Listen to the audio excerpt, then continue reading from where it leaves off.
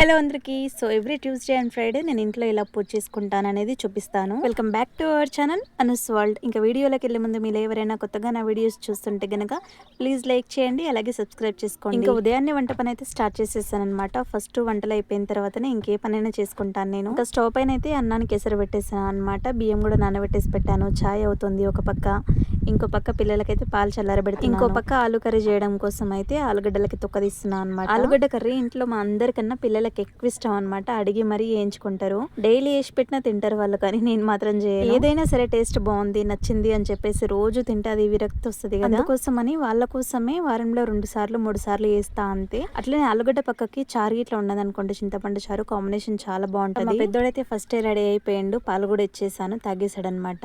ఇంకా వంట ఎప్పుడు అవుతుందా, తినేసి ఎప్పుడు వెళ్దామా అని చెప్పేసి వెయిటింగ్ వాడు స్కూల్ కి. మా పెద్దోడైతే అన్ని నాతో షేర్ చేసుకుంటాడు, మా చిన్నోడు లెక్క కాదు. ఏ విషయమైనా సరే మనసులో పెట్టుకోకుండా అన్ని నాతో చెప్పేస్తాడనమాట. చిన్నోడు మాత్రం అట్లా కాదు, 10 సార్లు అడిగినా ఒక్కసారి కూడా చెప్పడు నాకు. ఇంకా చిన్న పిల్లాడే కదా, కొంచెం మెచ్యూరిటీ కనుక వస్తే వాడు కూడా ఫ్రీ అవుతాడని చెప్పేసి అనుకుంటున్నా నేను. ఇంకా ఇద్దరికి ఫుడ్ పెట్టేసాను, తినేసి స్కూల్ కి అయితే వెళ్ళిపోయారనమాట పిల్లలిద్దరు. ఇంకా వాళ్ళు వెళ్ళేసరికి నా వంట పని ఇట్లా అంతా అయిపోతుంది కాబట్టి వాళ్ళు వెళ్ళిన తర్వాత నేను పూజ చేయడానికి పనులు అయితే స్టార్ట్ చేసుకుంటాను అనమాట. ఇంట్లో నుంచి ఎవరైనా బయటకు వెళ్ళినప్పుడు వెంటనే ఇల్లు ఇట్లా శుభ్రం చేయొద్దు కాబట్టి పిల్లలు వెళ్ళిన కాసేపటి తర్వాత ఇంకా ఇల్లంతా ఊడ్చేసి మళ్ళీ ఒకసారి ఇల్లంతా మాఫ్ పెట్టుకుంటున్నాను అనమాట. నేను ఇక్కడ ఇంట్లో మాఫ్ పెట్టే ప్రతిసారి నేను బకెట్ వాటర్ లో అయితే ఖచ్చితంగా రాక్ సాల్ట్ అట్లనే పసుపు అయితే వేసుకుంటాను అనమాట. చాలా ఇయర్స్ నుంచి నేనైతే ఇలాగే చేస్తున్నాను. ఈ పసుపు రాక్ సాల్ట్ వేయడం వల్ల నెగిటివ్ ఎనర్జీ పోతుందని చెప్పేసి అంటారు కదా. సైన్స్ ప్రకారం అయితే నేలపైన ఏమైనా బ్యాక్టీరియా ఉన్నా గానీ చనిపోతాయి అని చెప్పేసి వేస్తాం అనమాట ఈ పసుపు రాక్ సాల్ట్. ఇంకా మాఫ్ పెట్టేసిన తర్వాత నేనైతే ఫ్రెష్ అప్ అయిపోయాను అనమాట. ఇంకా స్నానం చేసి బొట్టు పెట్టుకున్న తర్వాత ఫస్ట్ అయితే నేను చెట్లకు పూసిన పువ్వులు అయితే తెంపుకొచ్చుకుంటాను పూజ కోసం. ఈ రోజు అయితే మందారం పువ్వులు ఎక్కువ వచ్చినాయి అనమాట. అయినా ఈ మధ్య ఎందుకు గులాబీ పువ్వులు చాలా తక్కువ పూస్తున్నాయి. మందారం చెట్లు నాటక ముందేమో గులాబీలే ఎక్కువ పూసేవన్నమాట. మందారాలు పూస్తుంటేనేమో గులాబీలు తక్కువ అయిపోయినాయి. ఇక్కడ నేనైతే పూజ గది క్లీన్ చేసుకుంటున్నాను. ఇంతకు ముందు పూజ చేసినప్పుడు పెట్టిన అగరబత్తులు, పువ్వులు అవన్నీ తీసేస్తున్నాను అనమాట ఇక్కడ. అలాగే పూజ గది అంతా ఒకసారి ఊడ్చేసి తుడుస్తున్నాను అనమాట.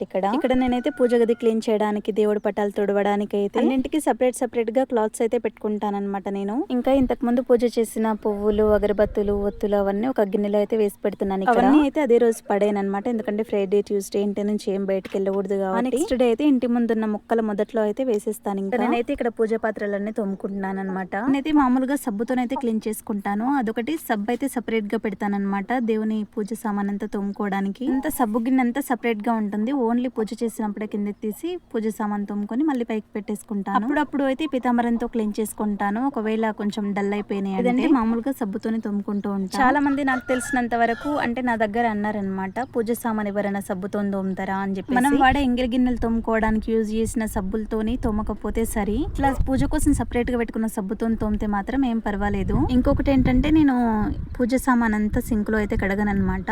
సపరేట్ గానే తోమి సపరేట్ గానే ఒక గిన్నె పెట్టుకుని అందులో కడిగేసుకుంటా. వాటర్ అంతా మొక్కల్లో పోసేస్తా. స్క్రబ్బర్ కూడా గిన్నెల తోమేది కాకుండా కొత్తది యూజ్ చేస్తాను. ఇందులో చిన్న పీట అయితే ఉంది కదా, సో ఆ పీట అయితే ఆన్లైన్ లో ఆర్డర్ చేసుకున్నాను అనమాట నేను మీషోలో. ఈశాన్యం మూలనైతే చెంబు పెట్టుకోవడానికి బాగుంటది అని చెప్పేసి. పూజ సామాన్లు తోమడం అయిపోయిన తర్వాత నేనైతే గడప కడుక్కుంటున్నాను అనమాట. గడప కడిగేటప్పుడు కూడా ఇంతకు ముందు అయితే నేను బయట కూర్చొని, అంటే గడపకి అవతల సైడ్ కూర్చొని గడప కడిగేదాన్ని, కానీ అలా చేయొద్దంట.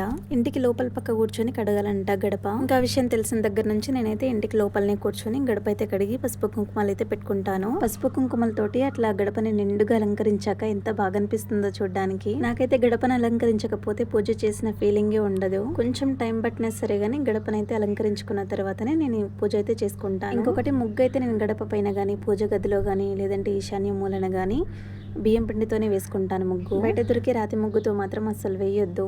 ఇంకా గడప దగ్గర ముగ్గు వేయడం అయిపోయిన తర్వాత ఇంకా పూజ గదిలోకి వెళ్ళి పూజ అయితే స్టార్ట్ చేసుకుంటాను. పూజ చేస్తున్నామంటే అదేదో తెలియని పాజిటివ్ వైబ్రేషన్ ఉంటుంది. గడపను పసుపు కుంకుమలతో అలంకరించేటప్పుడు కానీ, ఇంట్లో దేవుడి దగ్గర దీపం పెట్టుకునేటప్పుడు కానీ ఎందుకో చాలా బాగా అనిపిస్తుంది నాకు. అంటే ప్రశాంతంగా ఉంటుంది. ఫామ్ స్టార్ట్ చేయక ముందైతే ఇంతకు ముందు పూజ చేసేటప్పుడు నేను ఆచమనం చేసుకునేదాన్ని, దీపమంత్రం చదివేదాన్ని, దేవుడి నామాలు ఇవన్నీ చదివేదాన్ని అనమాట. కానీ ఇప్పుడు హడావిడిగా అయిపోతుంది. దీపధూప నైవేద్యాలతో సింపుల్ గా చేసుకుంటున్నాను, కానీ భక్తితో చేసుకుంటున్నాను. మనం పూజ ఎలా చేస్తున్నాము, దేవుడి దగ్గర ఏం పెట్టి చేస్తున్నాం అనేది ఇంపార్టెంట్ కదా. మనకు భక్తి ఉంటే చాలు. భక్తితోటి ఒక దీపం పెట్టి చేతులెత్తి మొక్కినా గానీ ఆయన కరుణిస్తాడు. నేనైతే ప్రశాంతంగా ఫ్రైడే అండ్ ట్యూస్డే ఇట్లా పూజ చేసుకుంటాను అనమాట.